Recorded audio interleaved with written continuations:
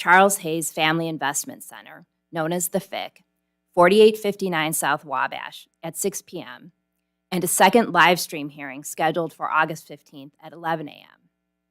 Residents, members of the public, and other interested parties can submit comments and questions regarding the plan by email to commentontheplan@thecha.org, as well as regular mail and fax.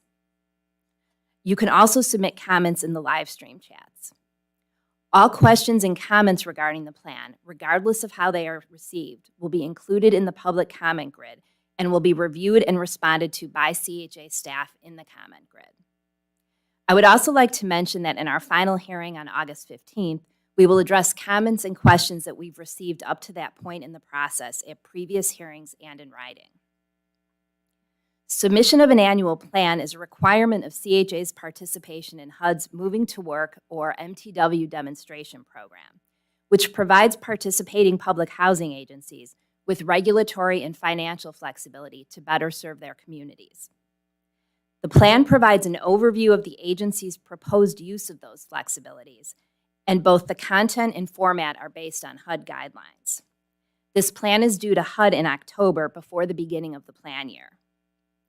The plan is organized into 6 different sections, including an introduction, general operating information, proposed MTW activities, approved MTW activities, finances, and administrative documents. In my presentation today, I'll provide an overview of each section.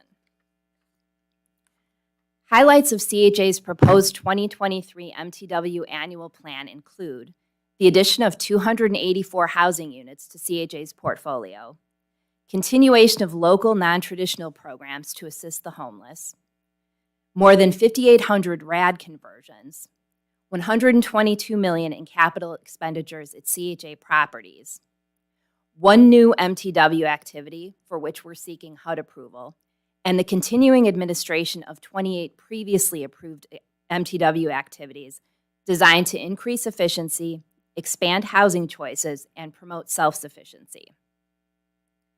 Section 2 of the MTW plan includes General Housing Authority operating information, such as unit delivery, portfolio and development updates, capital expenditures, leasing, and wait lists. As I noted in the introduction, CHA projects that an additional 284 units will be added to its portfolio next year at sites throughout Chicago, including North Park Village Apartments, Lathrop 1B, Park Boulevard 3B, and Oakwood Shores 3-1. All of the projected new units are project-based voucher units, including RAD units. In total, CHA plans to convert 1,111 public housing units to RAD project-based vouchers in 2023. By the end of 2023, CHA projects that it will administer a total of 12,420 project-based voucher units across all programs, including RAD, Family, Senior, and Supportive Housing Programs, the Regional Housing Initiative, and the MOD Rehab Program.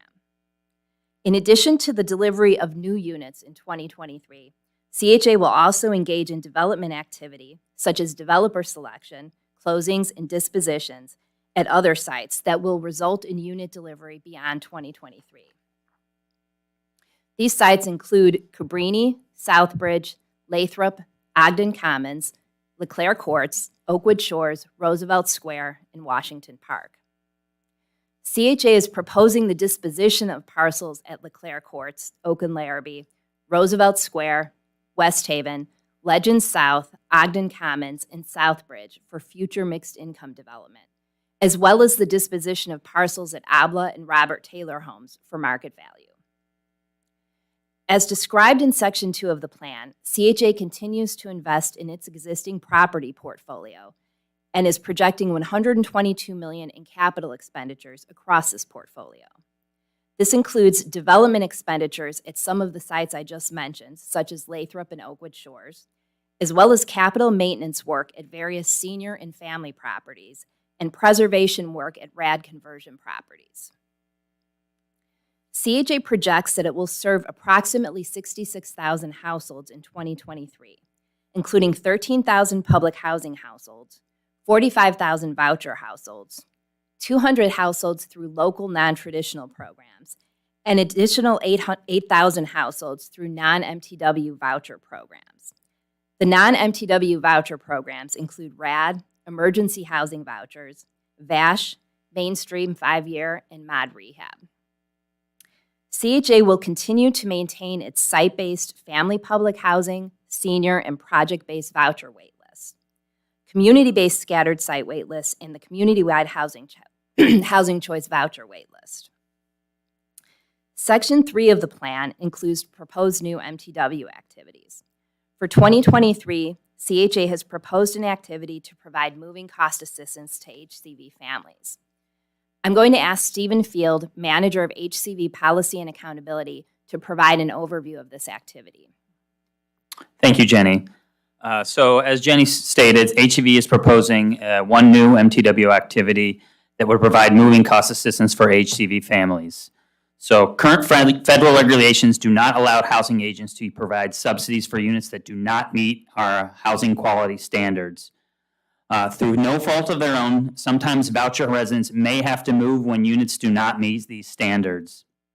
CHA is proposing to provide moving cost assistance in these situations. Thank you, Jenny. Thanks, Stephen. The write-up on the screen right now is what this activity looks like in Section 3 of the annual plan. I would also note that one common question we receive about new activities is when they will be implemented. And the answer to that question is that it really depends on when our plan is approved by HUD. Typically, the plan is approved early in the plan year. So the 2023 plan, I would expect to be approved in February of 2023. And the implementation would begin at some point after that. So we do not have an exact date at this time. As outlined in Section 4 of the plan, CHA continues to administer 28 previously approved MTW activities that are designed to create efficiencies and cost savings in CHA programs, expand housing choices for CHA residents in both the public housing and voucher portfolios, or increase resident self-sufficiency. Section 4 of the plan has a summary of every approved MTW activity. This summary includes the year it was approved and amended, a description of the activity, any updates regarding the activity, planned changes to the activity, and CHA's benchmark for that activity for 2023. When CHA submits its MTW annual report to HUD, we will report on whether or not we met these benchmarks. Right now, these are just projections. Section 5 of CHA's annual plan includes information on CHA's finances and its use of MTW funding flexibility. CHA currently projects $1 billion in revenue and $1.1 billion in expenses. The projected gap will be filled using third-party financing. I would note that CHA's 2023 budget is still being finalized, so the financial information in this section will be updated as necessary. Because of the funding flexibility provided by the MTW program, CHA is able to fund a robust variety of resident services programming. These programs are designed to promote and encourage economic independence, earning power, academic achievement, and stability and quality of life. Further, programming is available for both voucher and public housing households for residents across all age groups and demographics.